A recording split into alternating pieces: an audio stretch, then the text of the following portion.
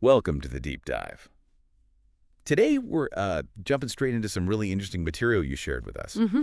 It all seems to circle around this, well, this deeply human thing, our need for entertainment. Absolutely. It's fundamental, isn't it? Yeah. So we're going to look at how this desire plays out across, honestly, wildly different historical moments. We've got the Roman Colosseum, Real stuff there. right? Then the sort of raw energy of grunge, specifically Nirvana. And Cobain's famous line. Exactly. And then bringing it right up today, the world of, digital influencers. So three very distinct arenas, you could say. Precisely. And our mission, if you like, is to trace the connections, the themes that keep popping up, but also see how that relationship between the performer and the audience shifts. All under that banner of entertain us. That's the core demand, isn't it? That constant cry. It really is. And it's amazing how that persists, even as what entertainment is and who controls it changes so much. Okay, so let's dive in. Let's go back first. Yeah. Way back. 80 AD, Rome, the Colosseum. Just imagine it. This huge structure, packed, what was it, 50,000 people maybe? Yeah, something like that. And they're all there for, well, it's pretty intense entertainment. Gladiators fighting. Sometimes animals too. It was visceral, very real stakes. Definitely not for the faint of heart. And the sources really highlight that physicality, the life and death reality for the people in the arena. And you have to remember, the gladiators, they weren't just victims. They were highly trained performers in a way, athletes. True, skilled combatants. But, and this is key, they were also kind of expendable. Their survival literally depended on the crowd's reaction. The thumb gesture. Iconic. Yeah, it wasn't just theater. It was real power. Thumbs up, they lived to fight another day. Thumbs down. Game over. The sources call it audience sovereignty. Yes, a good term for it. The crowd wasn't passive. They demanded novelty, spectacle, maybe even violence. They really did. And they let people know if they weren't happy. It's like an early, very high-stakes feedback loop. You could almost say the Roman people had the remote control for the Colosseum's programming. Yeah. Don't bore the emperor or the crowd. Bad news. And beyond just the entertainment, we should probably touch on the social function. Right. Bread and circuses. Basically, yeah.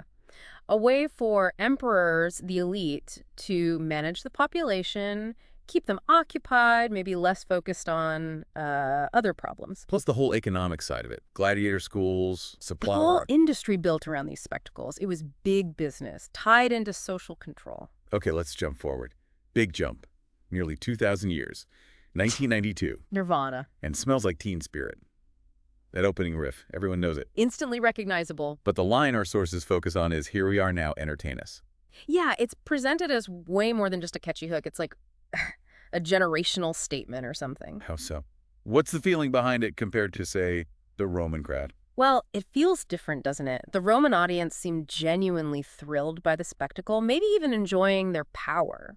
Cobain's lyric, though, it feels like there's this undercurrent of cynicism, maybe boredom. Boredom from overstimulate, like we've seen it all. Yeah, sort of. That's a theme in the source material. Like, okay, we're here, impress us, but also this weariness, a constant demand, but maybe less enthusiasm. Almost a challenge. Entertain us, if you can. And maybe we're ready to dismiss it just as quickly. Exactly. That simultaneous demand for the new, but also this readiness to reject it. The sources connect the Roman thumbs to this power in the lyrics, not life or death, obviously. No, but the power to make or break something culturally, to elevate it or just ignore it. The audience, again, isn't passive. They hold a different kind of sway. And you have to think about the context, too. Early 90s, MTV is huge. The music industry is very corporate. Right. So that phrase, entertain us, coming from a band like Nirvana that was pushing against the mainstream, there's definitely irony there. Like a protest, almost. A critique of the very system they were suddenly dominating. Could be interpreted that way, yeah. A kind of reluctant participation, maybe. Okay, you want entertainment. Here. Okay, so from grunge angst, let's leap to right now, the digital arena. TikTok, Instagram, Twitch. The landscape is totally different. The sounds are different, too. No crowds roaring, more like notification pings, keyboard clicks. Yeah, it's a constant stream. And the sources make this really direct comparison. Influencers as modern gladiators. Fighting for what? Not survival, but attention, engagement. Exactly. Likes, shares, follows, comments, watch time. That's the currency now.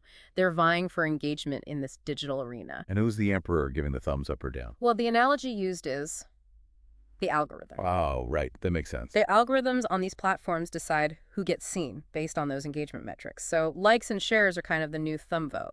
Pushing the popular stuff to the top. It dictates visibility, which leads to immense pressure on the creators. Pressure to constantly perform, to feed the algorithm. Constantly. You need new content, you need to hop on trends, you need to keep the audience hooked. It's relentless. The source mentioned the dreaded boredom kill. That feels very apt. It does, doesn't it? Attention spans are short online. If you stop being entertaining, according to the algorithm's metrics, you basically vanish. So that link back to the gladiator needing to put on a good show is pretty strong. Very strong. And there's the economic angle again, too. Sponsorships, brand deals. Right. Influencers monetize their content. It can be very lucrative, but it ties back into commercial interests, much like the ancient games had their economic drivers and, perhaps, exploitation. So looking across these three eras, Rome, Nirvana, influencers. Yeah. The table in the sources helps pull it together. Yeah, it's a neat summary. You see performance evolving. From literal Mortal Kombat To Cobain's kind of sonic provocation. to today's branded content, live streams, carefully crafted online personas, An audience power. It shifts from that direct thumb vote. to that collective cynicism in the 90s. And now to the metrics. Likes, shares, watch time.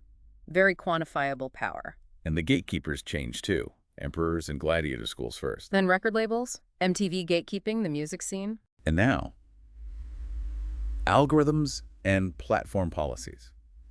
Much less human, in a way. Definitely less visible, perhaps. And the emotional impact. Fear, thrill, spectacle in Rome. Disillusionment, irony with Nirvana, maybe.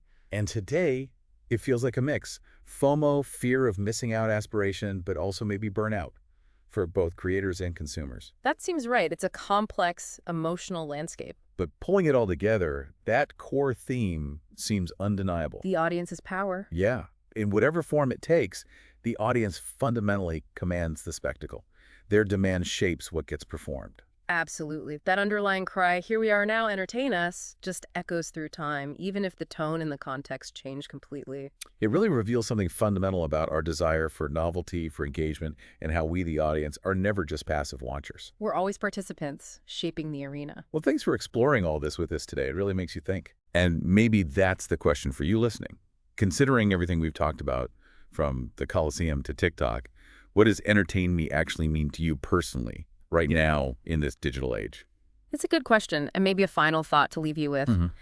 These platforms, these dynamics, they keep evolving, right? Constantly changing. So the desire to be entertained seems constant, but the terms of that relationship between performer and audience are always shifting. It makes you wonder, what will the next arena look like? And how will our votes, our attention, our engagement evolve within it?